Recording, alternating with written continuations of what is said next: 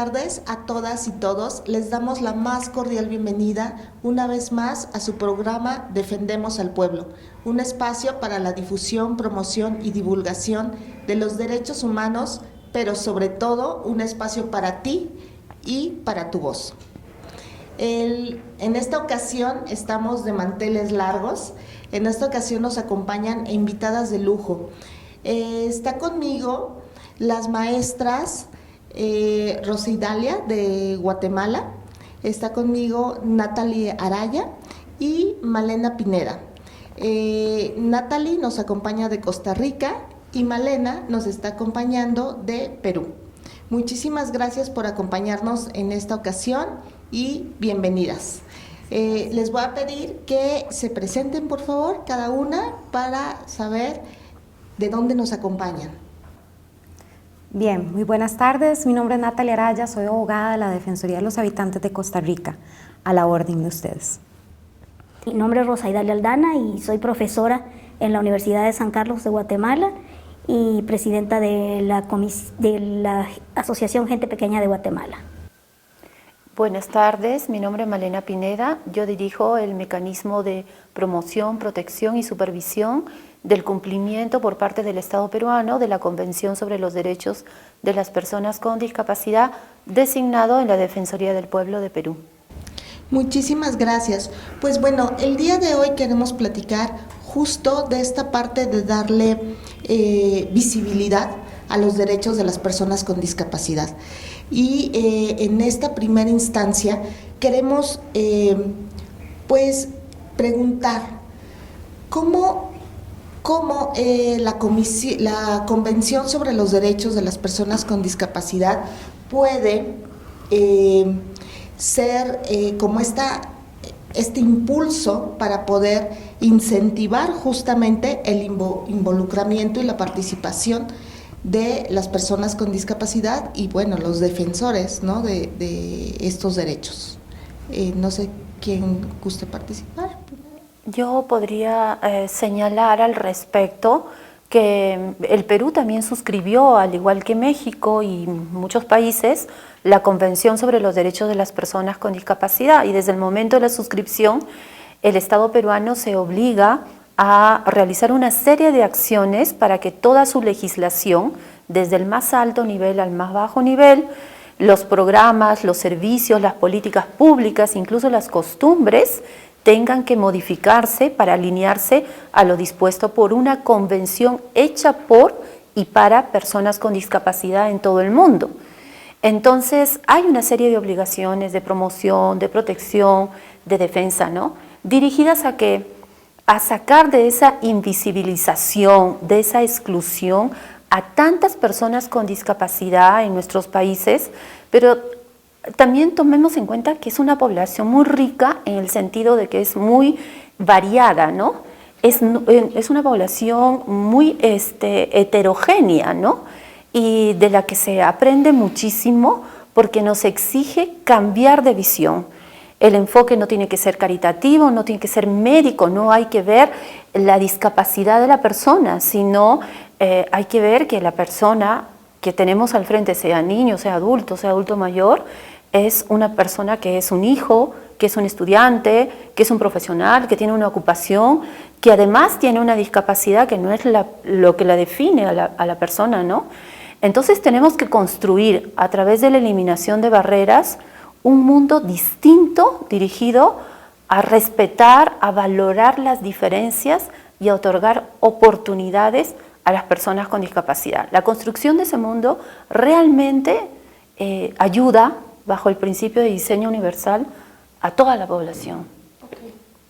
Yo quisiera agregar que a partir de la Convención disponemos del instrumento jurídico que le va a permitir a la población en general partir de obligaciones que como Estado y como sociedad debemos de aspirar a ser efectivas. Creo que es la oportunidad que se nos brinda al mundo en realidad, a toda la sociedad en su conjunto, no solo a las personas con discapacidad, sino también a quienes no las tenemos, a hacer una sociedad más equitativa, más justa, en donde le garanticemos oportunidad a todos y a todas las personas que son sujetas de derecho, en un entorno integral, en un entorno cargado de aspiraciones, en donde debemos de aspirar también a garantizarle a todas las personas, independientemente de las diferencias que las caractericen, un desarrollo pleno, equilibrado e integral en su calidad de vida.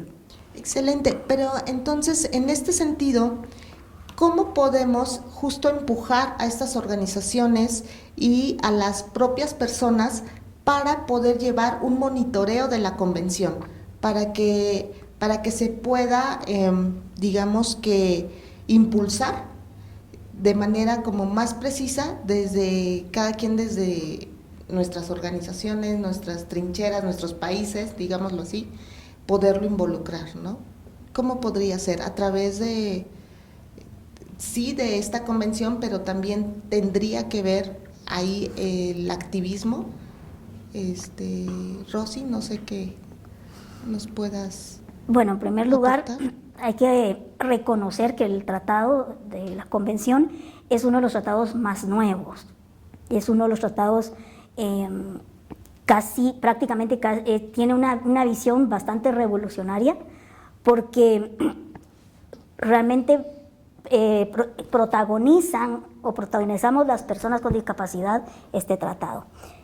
Como bien dijo Malena, hecho por y para las personas con discapacidad. Este proceso se dio precisamente por la lucha histórica de las mismas personas con discapacidad. Entonces, como tratado bastante nuevo, se requiere estar acompañado de mucha formación, de mucho conocimiento del mismo, no solo dirigido a las personas con discapacidad como tal, sino también a la población en general y a quienes son los operadores de justicia, a quienes son los responsables o los garantes a los estados partes para hacer cumplir cada uno de los artículos que la convención estipula. Excelente. Y en la opinión de las tres, ¿cómo consideran que sean justo estos mecanismos que puedan ser más efectivos y que realmente garanticen una escucha efectiva y proactiva a las organizaciones? Me parece que deben de existir mecanismos definidos y establecidos que permitan articular acciones con la sociedad civil, con los actores de Estado, con los actores de sociedad en términos generales. Creo que deben establecerse los mecanismos en forma periódica y constante que permitan una construcción conjunta de los diferentes procesos y de las diferentes estrategias que permitan dar garantía al cumplimiento de los derechos. No basta solo con hacer acciones de capacitación, de sensibilización, de prevención, consultas, procesos de denuncia, etc. Creo que debe existir una articulación ordenada y organizada con planes operativos de trabajo que garanticen verdaderamente la articulación de acciones y promuevan en forma efectiva el cumplimiento de derechos. Yo añadiría lo que ya Natalie ha señalado, que hay que trabajar con las personas con discapacidad de todo el país. Hay que efectivamente trabajar articuladamente con la administración pública, con todos los poderes del Estado. La sociedad tiene obligaciones. Esa es la diferencia de este tratado con otros tratados de derechos humanos. Es la sociedad, cada una de las personas, así no sean funcionarios públicos, también tienen obligaciones respecto al tratado. Y hay que trabajar con las familias de las personas con discapacidad de manera muy, pero muy estrecha, muy articulada. Es cierto que es un tratado nuevo, es un tratado revolucionario, pero es una gran ventana de oportunidades, nos proporciona muchas luces para hacer muchas reformas bajo el principio de inclusión, el principio de equidad. O sea, está dirigido a tener una sociedad y un Estado más justo, donde todas las personas tengan oportunidades y donde la administración pública también nos reorganicemos, ¿no? Para poner en vigencia. Y además hay un cruce con otros tratados que también son importantes, ¿no? Las personas con discapacidad no se quejan o no piden petitorios o consultas específicamente por sus derechos, se quejan de todo. Claro. Pero lo que tiene que tener claro la administración pública es que hay que tener un enfoque de derechos humanos y un enfoque de discapacidad, ¿no? Ya sea que sea un derecho específico, sea un derecho común, hay que procurar identificar a la persona, comunicarse correctamente, accesiblemente y eliminar las barreras para que ejerza los derechos y tenga las mismas oportunidades que todos nosotros, ¿no? En nuestro país, siempre que hablamos con los jóvenes, los niños, les decimos, bueno, estamos trabajando para que ustedes ocupen nuestro lugar. Ustedes tienen que ingresar a la administración pública, porque no hay nada mejor para avanzar en los derechos que trabajar junto con las personas que son beneficiarias de esos derechos. Nada por ellos sin ellos, ¿no? Y nadie conoce mejor lo que ellos necesitan que ellos. Nosotros somos un canal de comunicación, un canal de trabajo, ¿no? Pero con ellos hay que hacer todo verdaderamente. ¿Qué opinan, Rosy? Yo sumaría que estos mecanismos a los que se refería Natalie sean mecanismos permanentes, sistemáticos y que tengan la mayor difusión posible con la mayor cantidad de actores, ¿verdad? Incluso desde los poderes locales, desde las bases hacia arriba y viceversa, porque el tema es transversal.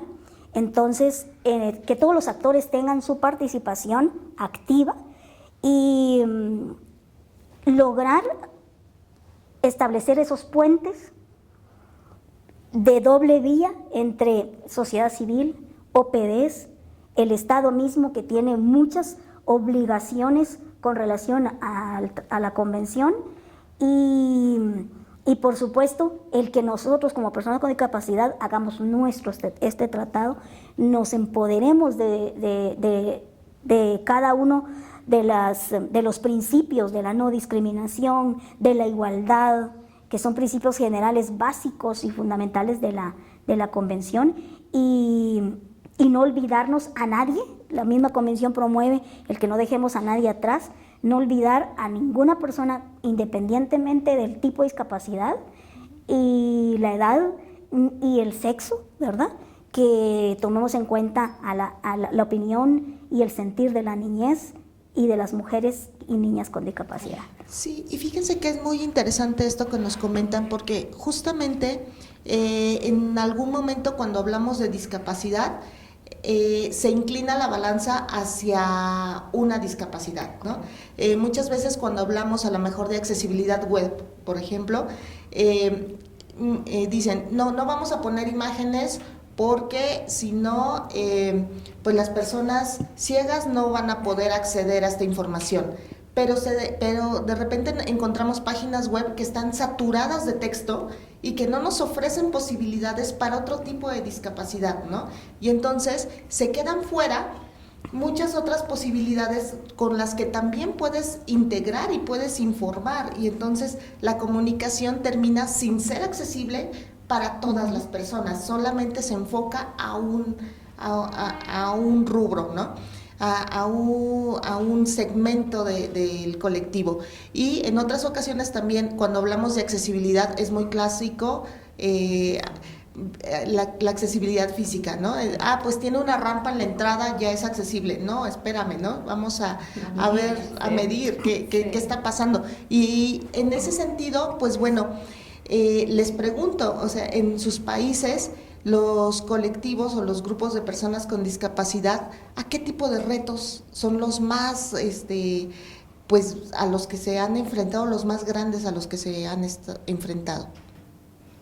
Empezaría por decir que esto ha sido todo un proceso de cumplimiento y de ajuste, tanto para las personas con discapacidad como para la población en general, ¿verdad? Yo creo que eso nos ha planteado un reto como sociedad en su conjunto, y ahí ha sido los aciertos y los desafíos que se nos han planteado.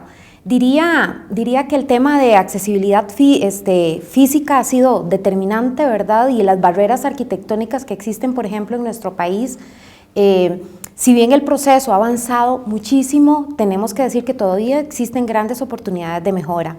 En temas de inclusión laboral, sin lugar a dudas, hay grandes retos para la población con discapacidad, en temas de educación inclusiva, en temas de información, de accesibilidad a la información. Creo que son retos que, si bien es cierto, hemos ido avanzando, todavía tenemos mucho por hacer, mucho por trabajar y grandes compromisos a nivel país para lograr cumplir con las obligaciones que la Comisión nos compromete. Yo podría decir que a lo largo de estos años, mira, toda persona que tiene o no tiene una discapacidad, lo que quiere es tener un empleo, tener un trabajo. El trabajo dignifica, con el trabajo tú puedes proyectar tu vida futura, ¿no? Eso es lo que más demandan. Pero hay derechos que son básicos en toda sociedad, en todo país. Uno es el de educación y el otro es el de salud, ¿no es cierto? Deben haber servicios de salud disponibles para todos, incluido para las personas con discapacidad, que satisfagan las necesidades de ellos, ¿no? Y de la variedad de las personas o tipos de discapacidad. Y tenemos que tener un servicio educativo público y privado que sea inclusivo, es decir, donde se valore las diferencias, donde si yo el día de hoy he dado a luz a un niño con discapacidad, si un periodista tiene a un niño con discapacidad, yo estoy segura que va a tener un gran signo de interrogación consigo, por decir, ¿ahora qué hago? Entonces debe haber una identificación, una certificación desde que el niño nace o cuando adquiere una discapacidad y luego una ruta, ¿no? Que permita que allá, si yo voy a un colegio, ese colegio me va a garantizar que mi hijito, un colegio cercano, que mi hijito reciba una educación de calidad donde haya accesibilidad en la infraestructura, en la comunicación, donde le hagan adaptaciones curriculares, donde el niño sea feliz porque aprende, porque disfruta y porque realiza su proyecto de vida, ¿no? Entonces, hay derechos que son básicos. La accesibilidad efectivamente es un derecho, también es un principio. Y creo que para todas estas cosas hay que consultar con las personas con discapacidad. ¿Por qué? Porque hay normas que son muy generales y muy cortas. Y entonces uno se pregunta, ¿y ahora cómo hago para hacer cumplir esto? Y a veces no está todo escrito. Pero si nosotros llamamos a la población con discapacidad, ellos son los que nos dan las pautas, nos indican cuáles son las rutas, con ellos las trabajamos y cuando la norma sale, nos vamos adecuando. Entonces, eso tiene que ver con la progresividad, con las oportunidades que nos da la norma, ¿no?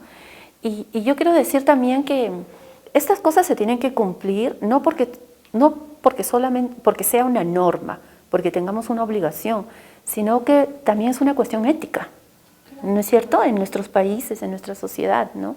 Hay que hacer eso. Sí. ¿Qué opinas, Rosy? El empleo, aparte de dignificar, te da autonomía, te da independencia. Y el empleo y la educación, la formación para el empleo, no la podemos separar. Y uno de los retos más grandes que tiene Latinoamérica es la implementación de ajustes razonables. Y hay mucho desconocimiento, incluso en los profesores, en la parte administrativa también y en la parte de empleadora, sobre los ajustes razonables, porque se ve el ajuste razonable como un gasto, más no como una inversión, y hay estudios que demuestran que incluso el Producto Interno Bruto de los estados se incrementa si invertimos más en las personas con discapacidad.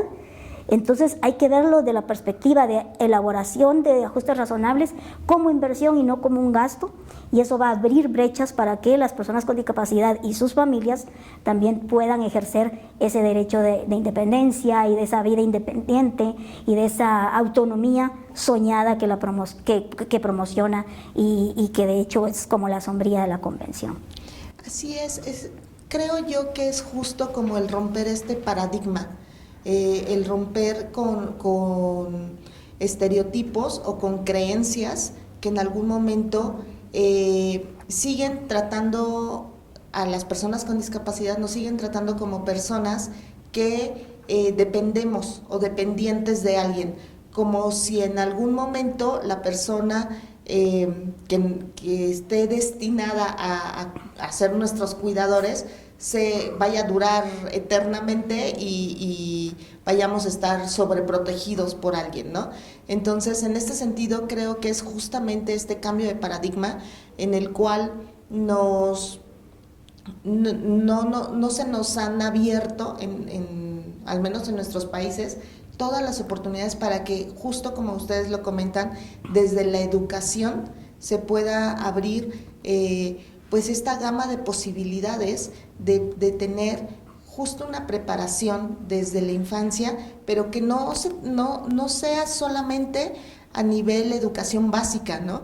Que conforme vayamos avanzando en el sistema educativo podamos tener esta gama de posibilidades a nivel profesional y que tengamos el acceso real a esta educación, porque si bien en México nos pasa algunas empresas que están interesadas en ofrecer esta inclusión laboral, en que nos dicen es que no hay como la persona capacitada para los puestos que necesitamos cubrir, ¿no? Entonces, lo que nos ha sucedido en algunos estudios que hemos llegado a hacer aquí en México es justo esa parte, ¿no? El decir, pues sí estoy abriendo las vacantes, pero no encuentro a las personas capacitadas, preparadas profesionalmente para poder cubrir dichas vacantes. No sé si sea lo mismo en los países que vienen representando ustedes, si suceda algo similar, de que las pocas empresas que voltean a ver a las personas con discapacidad y que quieren abrir estas vacantes se encuentren con esta realidad. En nuestro país, en el Perú, sucede lo mismo. Hay que hacer ajustes en el puesto de trabajo también. Claro, porque si yo tengo una empresa y tengo unos perfiles y las personas con discapacidad no tienen el mismo perfil, no quiere decir que ellos no puedan trabajar, sino que yo tengo que modificar ese perfil para adecuarme a ellos. Pero también las autoridades creo que es importante dar lineamientos a las empresas privadas y al sector público para poder realizar ese tipo de en las convocatorias, en las contrataciones. O sea, hay una gama de posibilidades, ¿no? Me gustaría agregar que hay que tener claro que el tema de discapacidad en el empleo debe también convertirse en un eje transversal. Creo que hay grandes oportunidades en materia de sensibilización con las empresas privadas. Creo que hay que fomentar con incentivos, ¿verdad?, la contratación de personal con discapacidad. Hay que vender un poco en términos, ¿verdad?, cómo vendemos la idea de encontrar la gran oportunidad y la gran riqueza técnica, intelectual y científica que podemos encontrar en las personas con discapacidad, ¿verdad? Yo creo que es parte de los grandes retos que tiene el Estado de cada uno de nuestros países. Bien apuntaba la compañera Malena, la gran necesidad, ¿verdad?, de que se giren y que se establezcan lineamientos a seguir para las empresas. Colateralmente agregaría entonces un sistema de incentivos que motiven y que ayuden a encontrar esa gran riqueza que podemos construir en forma conjunta como sociedad. En Guatemala es preocupante todavía que no contamos, como en otros países de Latinoamérica, que en la normativa se cuenta con una cuota. Personalmente yo no estoy muy de acuerdo con las cuotas, pero las cuotas al final de cuentas reconozco que son necesarias, porque si no están, si no se dice, no existe. O sea, es como le doy la vuelta o le doy la espalda a eso que no quiero ver, no quiero conocer. Entonces a veces es importante normarlo, y en Guatemala no se cuenta todavía con eso y se está más sujeto a la voluntad del sector empresarial. Trabajamos muy de cerca con organizaciones, con OPDs que trabajan en inserción laboral, y nos encontramos con ese denominador común de Latinoamérica de que hay también a veces una excusa en el sector empresarial de que no se llenan los perfiles, pero es por lo que decía Malena, de que hay que también ajustar los perfiles, y de hecho se piden unos perfiles tan interesantes que de verdad nadie con o sin discapacidad puede cumplir esos perfiles. Y bueno, dice uno, con todos esos requisitos y con todo lo que presenta, no hombre, los salarios han de ser de muerte, pero no. No, son unos salarios súper bajos que no justifican los perfiles que colocan. Necesitamos mayor conciencia en ese punto empresarial, ¿verdad? Así es. Pues bueno, ya estamos llegando al final de nuestro programa y me gustaría saber si tienen algún comentario final para cerrar su participación. Bueno, a mí me motiva mucho la idea de que como países latinoamericanos podamos establecer sinergias de trabajo en virtud y en relación con el tema de discapacidad, teniendo claro que todos y todas aspiramos a una sociedad más justa, más equilibrada, donde se brinden oportunidades para todos y todas y se garantice que la diferencia que tenemos uno y otro lo único que hace es enriquecernos como humanidad. Excelente, muchas gracias. Rosy. Yo agregaría darle más vida a la palabra solidaridad y empatía, pero no desde la perspectiva asistencial, sino desde una perspectiva de puro sentido común. Un baño, un ejemplo cualquiera, un baño, cualquiera. Llega alguien, una persona usuaria de silla de ruedas, usualmente las personas con talla baja no alcanzamos porque no hay accesibilidad. Entonces, la pura empatía con otra persona con discapacidad, un usuario de silla de ruedas, por ejemplo, yo me he subido a una silla de ruedas que me apoya a una persona usuaria de silla de ruedas, yo utilizo lavamanos. Ya me ha tocado a veces meterme abajo de una puerta para abrir el baño para una persona usuaria de silla de ruedas, porque está con el seguro por dentro y es el único baño accesible para ellos. O una persona ciega, por ejemplo, ahora en este encuentro me tocó compartir con un compañero ciego y, por ejemplo, hay cosas que yo no alcanzo y él es la extensión de mis brazos y es de puro sentido común y cosas que él requería, pues yo también, o sea, es más de puro sentido común de todos, con y sin discapacidad. Así es. Muchas gracias, Rosy. Adelante, María. Sí, es en el mismo sentido. Mire, nosotros trabajamos con muchos prejuicios y los prejuicios tienen que ver con el desconocimiento, que ya en los hechos se transforma en una discriminación, ¿no?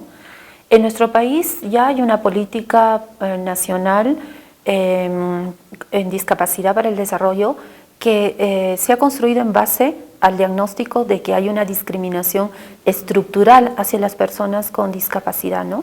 Entonces hay que trabajar mucho para reaprender, para conocer mucho más, y para nosotros ha sido y es muy rico poder compartir nuestros avances, nuestras limitaciones, nuestras perspectivas, todas esas cosas, porque tenemos una legislación muy parecida, un tratado el mismo, unos retos muy grandes también de por medio. Para nosotros es importante cómo ustedes articulan, qué avances tienen, ¿no? Cómo son los ajustes razonables, por ejemplo, a nivel educativo, qué grandes pasos han dado. Para nosotros eso es sumamente rico. Entonces, en todo lo que nosotros también podamos colaborar y aprender de ustedes, nosotros quisiéramos continuar trabajando, ¿no? Muchas gracias, pues a seguir trabajando y colaborando para poder llegar a pues una excelente aplicación de esta convención y pues en beneficio de todas y todas las personas con discapacidad, ¿no? Les damos las gracias por habernos acompañado y les invitamos a que compartan, a que nos sigan en todas nuestras redes sociales. Estamos como Comisión Nacional de los Derechos Humanos. Como cada jueves, la invitación a ver estos programas, a reflexionar, a dejarnos sus comentarios y seguir construyendo este diálogo y esta cultura por los derechos humanos en México. Muchísimas gracias.